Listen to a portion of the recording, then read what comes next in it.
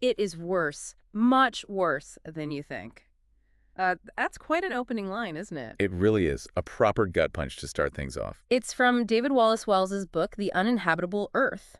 And, well, that's exactly what we're diving into for you today. Yeah, and it's important to say this isn't your standard dry science report on climate change. Not at all. No. What Wallace-Wells does, I think quite brilliantly, is paint this really visceral picture. A Yeah. planet already, deep in crisis. And humanity right at the center of it all. Exactly. Right in the middle. So our mission for you today is really to unpack his message, which, let's be honest, it's pretty stark, often unsettling. Definitely unsettling. And we want to go beyond just the environmental shiftsy details. We're going to explore how our bodies, our minds, our economy, Our politics, our cultures. yeah, all of it, how everything might be, well, fundamentally reshaped by a hotter planet. So think of this as your essential shortcut, getting you the core insights from, frankly, a critical piece of work. Okay, let's get into it.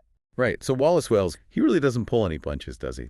Not in the slightest. He starts with this really uncompromising truth. Basically, if we keep going like we are, Earth is going to become, well, unrecognizable. It's a heavy thought. Very heavy. And he's not talking distant future stuff like science fiction. He hits you immediately with these specific transformations. Things like famine, Widespread famine. devastating floods, these massive wildfires we're seeing more of, rising seas. It's all there. And a key point he hammers home is that each degree of warming magnifies risks. It's not just a little bit worse each time. No, it's exponential. It compounds.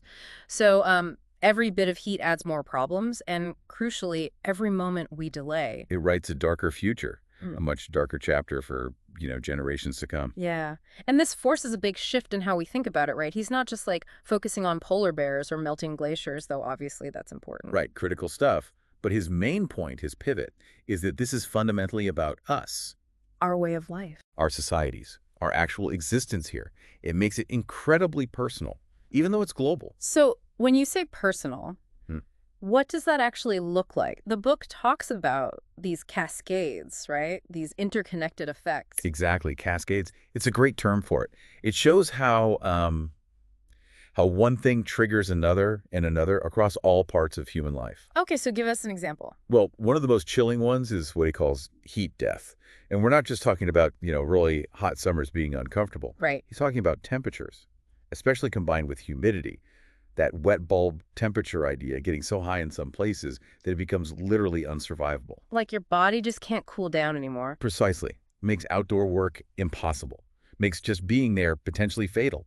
Parts of the earth literally uninhabitable for humans. Wow. Okay, just parts of the world off limits. And from that, I guess, comes the idea of climate conflict. That's the connection he draws. Picture shrinking resources, less farmland, less fresh water. Fierce competition. He suggests wars could shift away from ideology towards, well, raw survival. Fighting over water, over food, over basic needs. Grim. And then there's the economic collapse. Yeah, another cascade. Think about major agricultural failures. Big breadbasket regions failing. Global food shortages. Exactly. Or insurance companies just going under because they can't possibly cover the costs of constant massive climate disasters. Right, the models just break. They break. And then widespread supply chain chaos because of storms, floods, infrastructure damage. It's a domino effect that could cripple global economies. It hits everyone. And it's not always the big, loud disasters either, is it? He talks about unbreathable air. Ah, yes. The silent killer. Pollution's already bad, right? But heat makes it worse. It traps pollutants near the ground. Makes respiratory issues much worse. Much worse.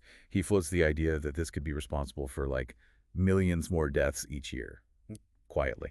Not always making headlines. Just a slow, grinding crisis. Yeah. And one more cascade that really stood out to me was pandemics. Okay.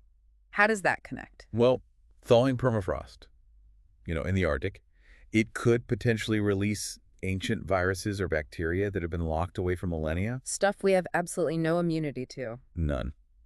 Combine that risk with, say, mass migrations driven by climate change, people moving, diseases spreading faster. That's That's a terrifying thought. A recipe for disaster. It really is. Okay, listening to all this, it sounds incredibly bleak. I mean, really dire. It's a lot to take in. It absolutely is. Yeah. But, and this is really important, this is where the message kind of pivots. Right, because Wallace-Wells insists he's not actually a pessimist. He calls himself a realist. That's the crucial distinction, yeah. Yeah. He's very clear that laying out all this horror, this potential future, it's not meant to make us just freeze up in fear. Or just throw our hands up and say it's hopeless. Exactly. It's meant to be a wake-up call, a really loud, really urgent one. Yeah. Because the most terrifying part, he argues, is also weirdly the most empowering part. Which is? That we still have a choice. We still have agency. It's not all predetermined yet. Not yet. And that idea of choice connects right into another quote you mentioned earlier, that the climate crisis is a crisis of imagination. Yeah, I found that really powerful. What does he mean by that exactly? Well, I think he means our biggest problem isn't necessarily the science or the technology, although those are challenges. It's our inability to truly imagine the scale of what's happening. To really picture that future. Yeah. And because we can't fully grasp the threat, we fail to imagine the bold, radical solutions needed. We get stuck in, incremental thinking. So it's a challenge to how we think, not just what we do. Precisely. It challenges our collective imagination, our ability to envision a truly different path. Which really highlights the book's core message, doesn't it? It's two things at once. Absolutely. It's, on one hand, this incredibly dire warning about the trajectory we're on if we do nothing, or too little. And on the other hand? It's powerful, almost forceful call to action. It urges us, maybe forces us, to confront these truths we'd rather avoid. To shake off the complacency. Exactly. To stop underestimating the problem and actually fight. Fight for a future that, he argues, despite everything, is still within reach. We can still choose it. So, wrapping this up, The Uninhabitable Earth, it's definitely not a beach read. Huh. No, definitely not light reading. But it feels essential, doesn't it? Like something people really need to grapple with. I think so. It's this stark reminder that the clock isn't just ticking anymore. It's alarming loudly. And no one gets a pass. No one will be untouched. He says, the era of consequences has already begun. We're in it. We are, and yet. Yeah. And yet, even with all that starkness, he leaves that, you called it a flicker earlier. That flicker of hope remains. It does, based on that agency, that choice. Which leads to a really interesting question for you listening to this. If Wallace-Wells is right, if we truly are the authors of what comes next. If we hold the pen for the future. What does that actually mean for your role, for your choices, your actions in this story that's still unfolding? Yeah. We've explored what the future might look like if we don't change course. Yeah. Understanding that. Yeah. What does that realization inspire in you? What might you do differently? It's definitely something to think about long after this deep dive ends.